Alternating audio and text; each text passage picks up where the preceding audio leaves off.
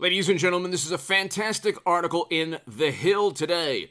Unsealed Mar-a-Lago search warrant affidavit reveals the government has no case against Trump by Kevin R. Brock.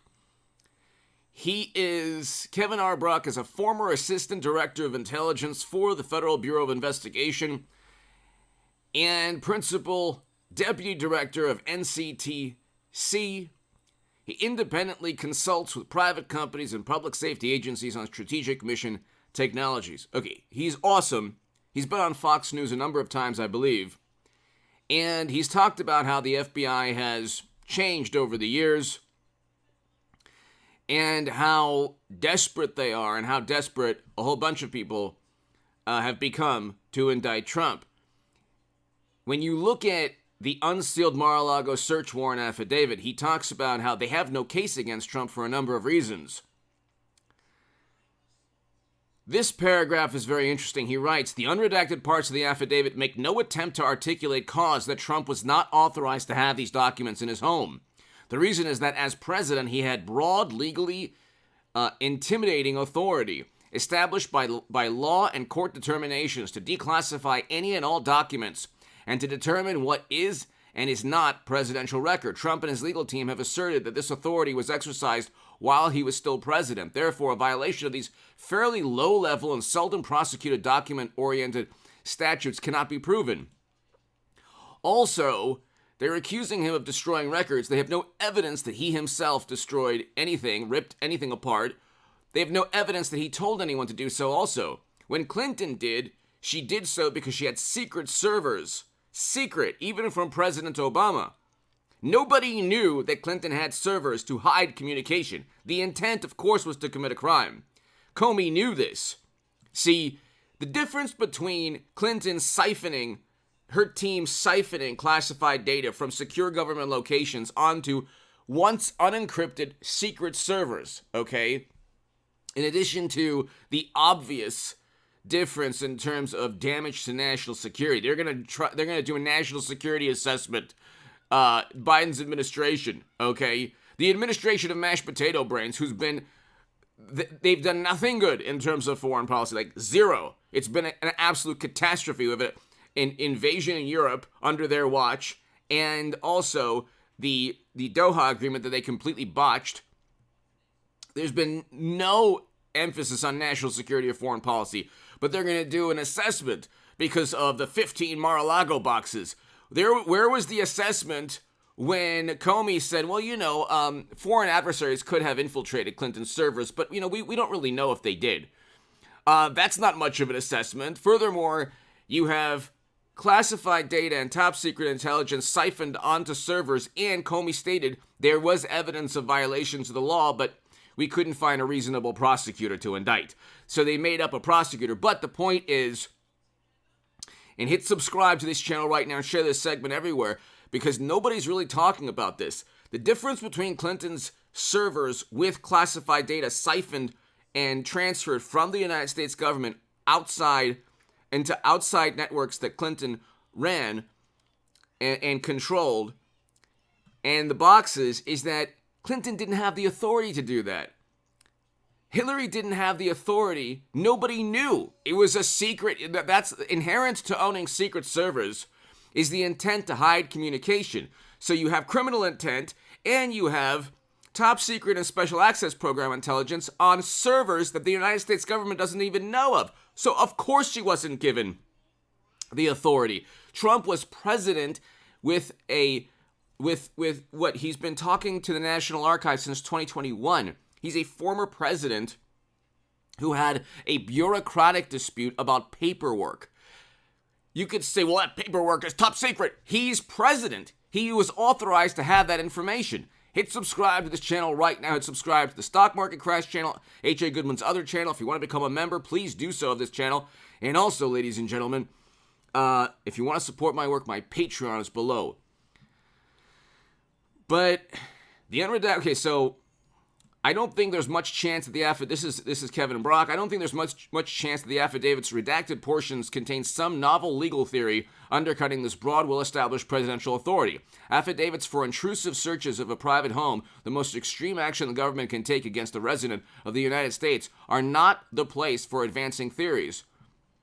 Probable cause must be built on facts. The redacted sections are considerable. Redaction is supposed to be utilized only to protect sensitive methods and techniques. In other words, how the government came by its information. A good and prudent example would be the use of confidential. A bad example would be citing press reports, a la the Carter Page Foreign Intelligence Service Surveillance Act affidavit. So he goes on to talk about, it's really, really interesting. He says,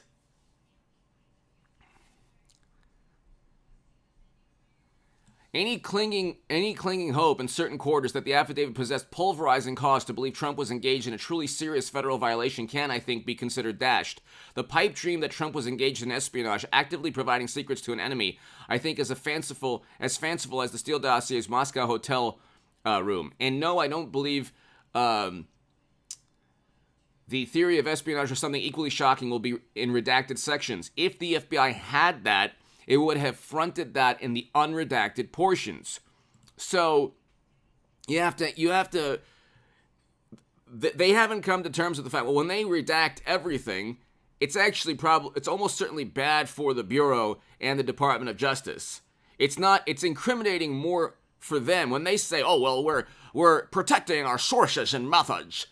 They're hiding behind bureaucratic doublespeak and this wall of bureaucracy because they're embarrassed and because they don't want to tell the world they really have nothing. If they had some kind of serious crime Trump committed, we would have known about it already. The fact that, this is the thing, when I keep saying they could still indict Trump, they could still indict Trump because they have nothing. You know those polls that show that midterms are actually skewing towards Democrats? You have overwhelming media coverage dominated by Democrats and their contempt for Trump. What do you expect? We're in a recession now. Real wages are down. People are experiencing a terrible economy. If you have money, you're not. If you're a morally superior liberal Democrat with money, you're not. But the average American is looking at the economy and saying, look, this is a bad economy. Foreign policy stinks. Mashed potato brains is an embarrassment even to his own political party. They don't even want him to run anymore again. And so why are Democrats, I guess it's toss-up now according to Cook Political Report in the Senate, and maybe one or so in the generic ballot in the House, but the House, that's not even a worry. Republicans will get at least 10 to 30 more, 20 to 30 more seats. But the point is, the reason is you have everybody from Jimmy Kimmel to Stephen Colbert to Saturday Night Live to social media algorithms on Twitter to the New York Times, the Washington Post, MSNBC, CNN, New Yorker, The Atlantic, BuzzFeed, Vice, Los Angeles Times, Time Magazine. You have every Esquire, Vanity Fair. You have every single publication. You have all of Hollywood. You have social media algorithms. You have late night. There's no escape from the apoplectic, hysterical coverage of Trump. And the fact that we still don't know what exactly the Bureau has on Trump. They claim he had classified data, but the precedent was already set with Clinton. When they say that he's not above the rule of law, Clinton was above the rule of law. She did commit crimes. And I want a Hillary Trump 2024. I want a Hillary Clinton, Donald Trump 2024. And nobody will be happier than I will when hopefully Hillary's the nominee, because I think that's going to happen. And that'll be good for the country. Trust me, ladies and gentlemen, good for everybody. Because you want a Clinton Trump 2024. You want to relive 2016 because we have not come to terms with 2016 yet, ladies and gentlemen. We have not come to terms with it yet, and we need a rematch. Obviously, I'd vote for Trump, and I think Trump will win. Possibility Clinton could win, but we need a rematch. But anyway, there's no respite. There's no respite from. There's no escape from this apoplectic, hysterical coverage of Trump. So obviously this was a public relations stunt. Could he still be indicted? Sure. Do I think he's going to be indicted because of classified data? The precedent was set. If they indict him, the trial will be a joke and a catastrophe for the Department of Justice. They're going to have to prove that he was selling documents or that he was in unlawful possession of documents. They can't prove either. And sorry, the National Archives tattletaling or telling the Federal Bureau of Investigation, well, we want these documents. It's a government library. He got into an argument with a librarian, and then the FBI got involved. It's essentially what happened. Meanwhile, they get away with flouting and ripping apart the rule of law. What they did was infinitely worse. And Comey couldn't even find intent when there were secret servers set up for 4 years. How do you unintentionally own secret servers? Anyway, hit subscribe to this channel. And he said there were violations of the law. So he literally stated, and it's below in the description, he literally stated that Clinton was above the law. There were violations. But you know what? She's above the law because we couldn't find a reasonable prosecutor. But Trump, oh my God. They're desperate to get Trump. They can't do it. And it's the only thing they have in terms of midterms. It's the only thing they have in terms of electoral politics. They can't talk about, like, student loans. Okay, so 10,000. You're not abolishing all the student loan debt. That's what initially that whole thing was about. Where is the single payer? What happened to Medicare for all? Oh, that's right. These people are lied to all the time by the same political party.